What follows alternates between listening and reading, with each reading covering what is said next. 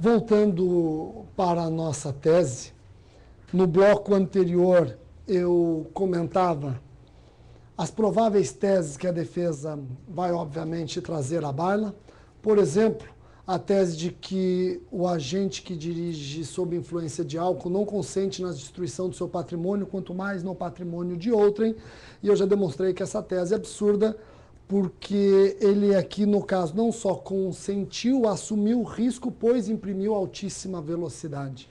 Ele desprezou a vida alheia, obviamente desprezou a vida alheia. Por isso a ressaca moral. A ressaca moral eu não nego que, obviamente, virá. Não nego a possibilidade de vir a ressaca moral, como um arrependimento de algo que se fez. A ressaca não é exclusiva de culpa. A ressaca é bem mais comum no dolo do que na culpa. Bem mais comum no dolo do que na culpa. Falamos também que, no caso, ninguém pleiteia uma responsabilidade penal objetiva. Não. Queremos uma responsabilidade penal subjetiva, ou com dolo ou com culpa. No caso, entendemos justo o dolo eventual. Trouxe alguns argumentos doutrinários demonstrando que o conceito de dolo eventual, ele se encaixa bem no exemplo do João da Silva, que dirigindo de forma em velocidade excessiva e embriagado acabou matando a vítima. Eu terminei o bloco passado dizendo se era justo aplicarmos o dolo eventual. Não só é justo porque o dolo eventual é uma figura prevista na lei, a lei existe, devemos obedecê-la, é importante na individualização do caso concreto, obviamente isso é justo. Nós temos que partir da premissa, e aí eu peço para que todos que estejam assistindo façam um trabalho de consciência, para todos. Se você, obviamente, nós sabemos que é normal, você sai, vai beber, etc. e tal, você bebe. Você percebendo que não está em estado para dirigir o seu veículo em condições normais. Primeira pergunta, você vai dirigir o seu veículo automotor? Essa é a primeira pergunta. Tem aqueles que dizem, eu vou, porque apesar de bêbado, eu consigo controlar o meu veículo. Você já assumiu um risco. Mas se você busca, mesmo bêbado, dirigir de forma normal, até poderíamos cogitar de uma culpa consciente que vai ser defendido pela defesa. Agora, qual de vocês, percebendo que está bêbado, acreditando poder conduzir sem acabar por lesar bens jurídicos alheios, vai imprimir altíssima velocidade no veículo? Então vejam, num primeiro momento, pouquíssimos iriam dirigir.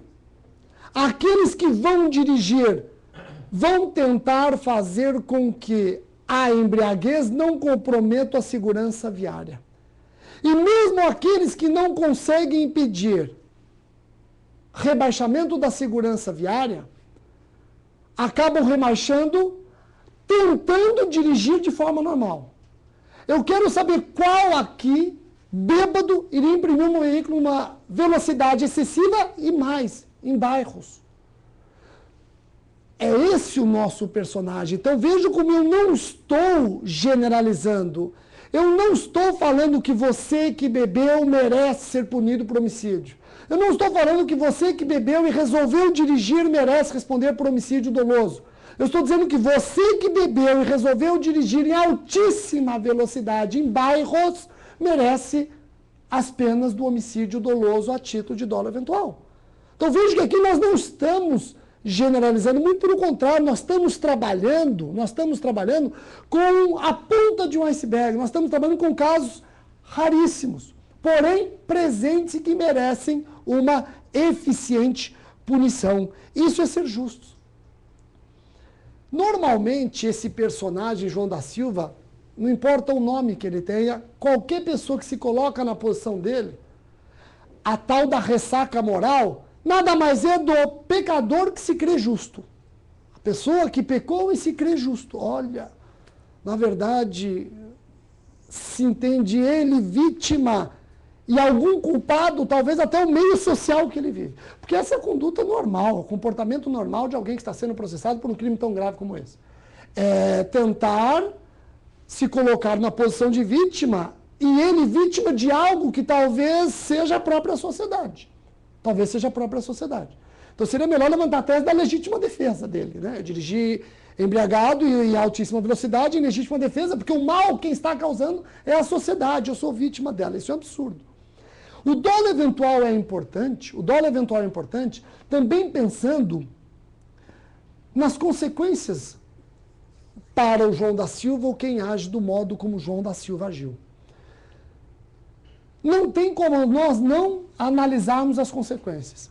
Se trabalharmos com a consequência do homicídio culposo, quem dirige em altíssima velocidade, bêbado, deveria responder por homicídio culposo a pena de 2 a 4 anos. A pena de 2 a 4 anos. Podendo se socorrer de penas alternativas. Penas alternativas. Prestação de serviço à comunidade, etc. Ou seja, ele que ceifou uma vida, terá uma vida bem tranquila dentro do campo das penas alternativas. Ele que ceifou uma vida, ele terá uma consequência demasiadamente desproporcional. E no dolo eventual? No dolo eventual, e eu já pedi para excluírem a qualificadora, no dolo eventual, a pena para alguém que age como ele agiu, a pena para quem age como ele agiu, que ceifou uma vida, destrói uma família e etc., a pena para quem destruiu uma vida e uma família, etc., a pena será em torno de 6 anos. 6 anos, regime semiaberto, cumpre 1 ano, já está no regime aberto, podendo viver bem que ele tirou da vítima, que não mais está entre nós. Então veja, olha que importante.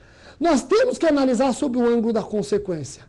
Se nós estamos no direito penal e o direito penal tem como finalidade prevenção, retribuição e ressocialização, qual é a prevenção ou mesmo a retribuição por um caso como este, alguém que dirige bêbado em altíssima velocidade e destrói uma vida e uma família? É pena alternativa à prestação de serviço à comunidade?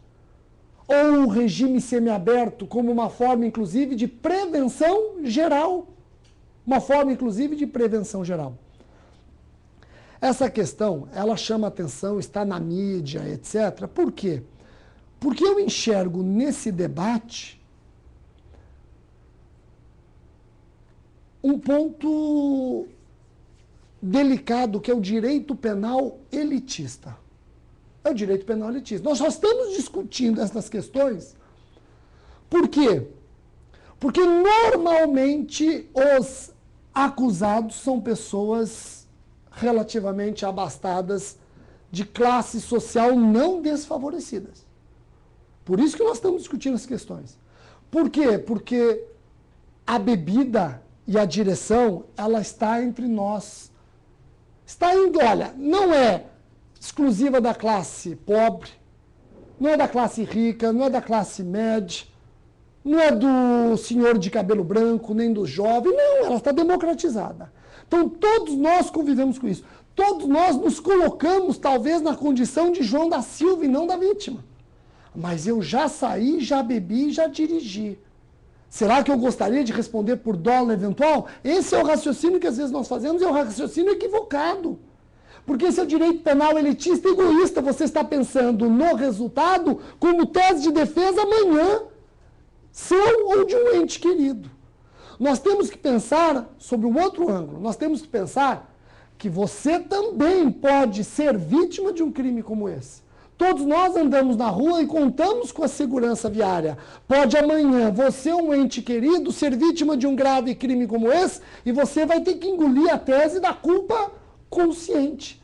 Sendo que todos os meios de comunicação social já alertaram: se dirigir, não beba, quanto mais em altíssima velocidade. Isso é um absurdo. Então, eu vejo um pouco de direito penal elitista. Eu vejo os tribunais discutindo e muitas vezes se colocando na posição do João da Silva, quando nós temos que discutir a questão sob o ângulo da vítima atropelada. Sob o ângulo da vítima atropelada. É importante nós sabermos isso, pois esse direito penal elitista não deve prevalecer. E eu dou outro exemplo de direito penal elitista. Furto de sinal de TV a cabo.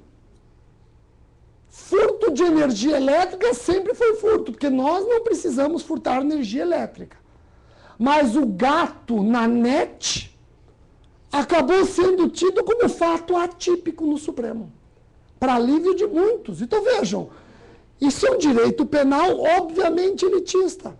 Isso é um direito penal claramente elitista. Nós raciocinamos o direito penal, pelo menos em tema importante como esse, trazendo discussões, quando percebemos o direito penal batendo a nossa porta.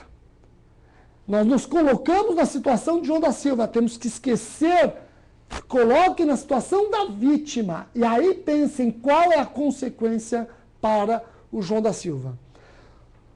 Com estas palavras, eu gostaria de dizer que eu acredito piamente nisso que eu expus. Ou seja, não podemos generalizar e dizer que a embriaguez ao volante é dolo eventual. Isso é um absurdo.